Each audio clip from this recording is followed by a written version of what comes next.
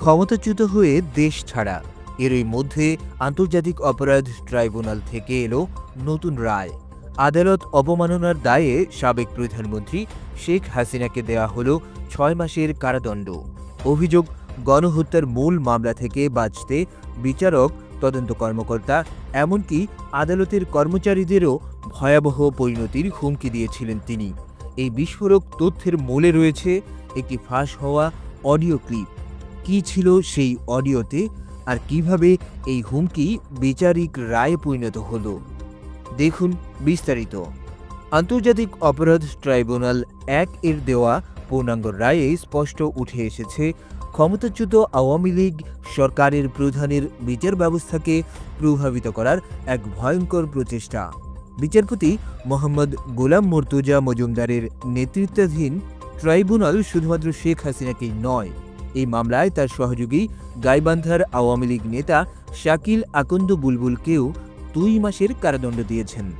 এই পুরো মামলার কেন্দ্রবিন্দু ছিল গত বছরের অক্টোবরে ফাঁস হওয়া একটি ফোন আলাপ। এই অডিও ক্লিপটি হয়ে ওঠে মামলার প্রধান প্রমাণ।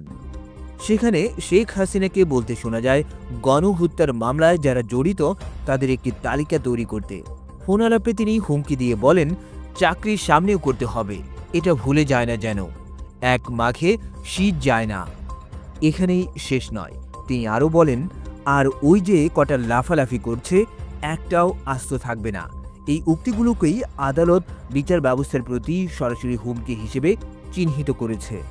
আসামি পক্ষ থেকে এই অডিওর সত্যতা নিয়ে প্রশ্ন তোলা হতে পারে, এমন সম্ভাবনাও আদালত উড়িয়ে দেয়নি।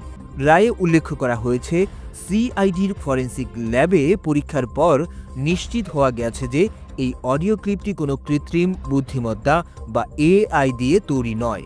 এটি শেখ হাসিনা ও বুলবুলের আসল কথোপকথনেরই রেকর্ড। তদন্তে আরও বেরিয়ে আসে চাঞ্চল্যকর তথ্য। গণ অভ্যুত্থানের পর কার্যত নিষিদ্ধ আওয়ামী লীগ হোয়াটসঅ্যাপ এবং জুমের মাধ্যমে নিয়মিত গোপন সভা পরিচালনা করত। গত বছরের ২৫ অক্টোবর আয়োজিত এমনই একটি ভার্চুয়াল সভায় শেখ হাসিনা এই উস্কানিমূলক বক্তব্য ও হুমকি প্রদান করেন। সেই সভার কথোপকথনই রেকর্ড করে ছড়িয়ে দেওয়া হয়, যা পরবর্তীতে আদালতের হাতে আসে। উল্লেখ্য, গত বছরের ৫ আগস্ট গণ অভ্যুত্থানের মুখে শেখ হাসিনা ভারতে পালিয়ে যান এবং সেখানেই রাজনৈতিক আশ্রয়ে আছেন। মামলার আরেক আসামি শাকিল আকন্দ বুলবুলও বর্তমানে পলাতক। তাদের অনুপস্থিতিতেই এই রায় ঘোষণা করা হয়েছে। আদালত অবমাননার এই রায়টি একটি ছোট অংশ মাত্র। মূল মানবতা বিরোধী অপরাধ এবং গণহত্যার অভিযোগে শেখ হাসিনার বিচার এখনও চলমান। তবে এই রায় প্রমাণ করে যে ক্ষমতাচ্যুত হওয়ার পরও তিনি বিচার প্রক্রিয়াকে প্রভাবিত করার চেষ্টা করেছিলেন, যা তার বিরুদ্ধে আনা অভিযোগগুলোকে আরও গুরুতর করে তুলেছে।